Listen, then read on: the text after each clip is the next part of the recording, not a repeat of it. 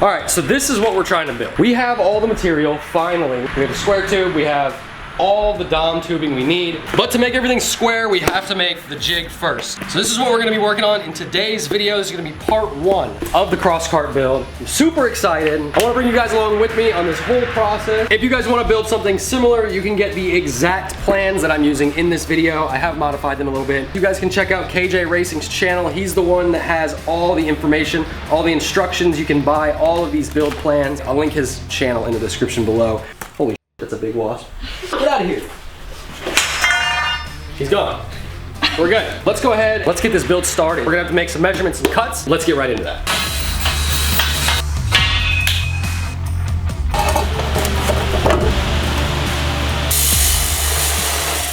All right, after what felt like hours of cutting, we got all our pieces needed for the jig. So now we can kind of start lining stuff up. We can kind of see how this is gonna sit. About how wide it is too. So J6, which means, yeah, it'll go.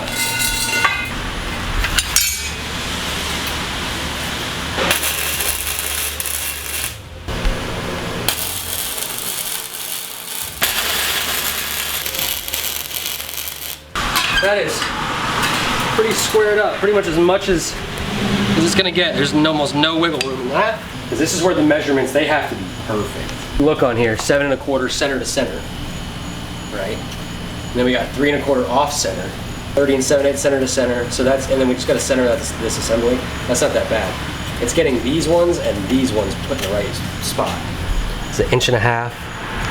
So this is going to be center right there, center to center, 7 1/4. It's right there, right there. So that needs to come back a little bit. But before we do that, we need to tack this side so it doesn't move.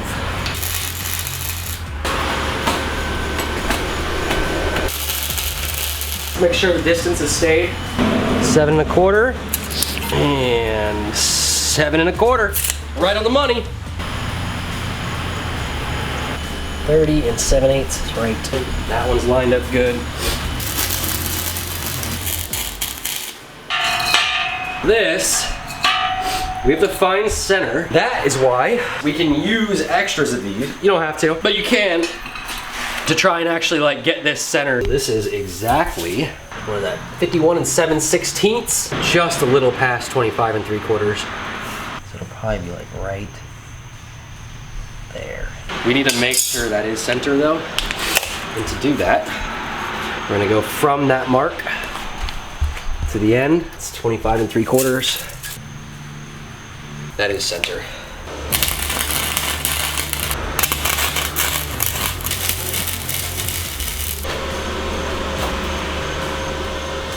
Now we need J13, 12, and 14. So we came to the first part of our notching. So this is for J12. This is the lower A-arm support alignment. All we need to do, cut these out. He makes these plans super easy to follow. It says 15 5/16 distance to end. 15 5/16 right there. Fold it along this red line. Just line it up with that. We just tape it together. All we're doing is gonna follow that cut line. That's pretty much it.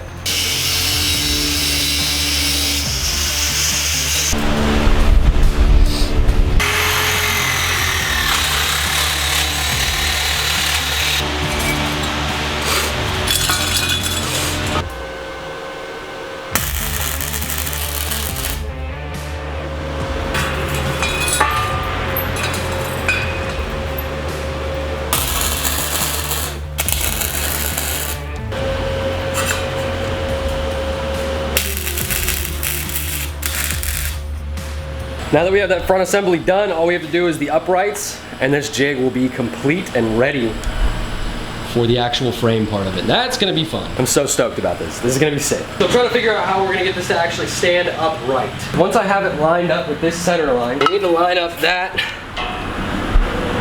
line there. Now all we gotta do is check if it's square.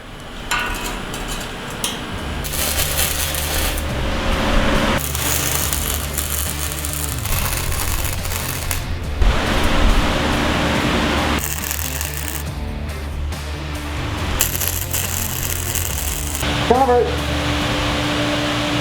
can you turn it on? I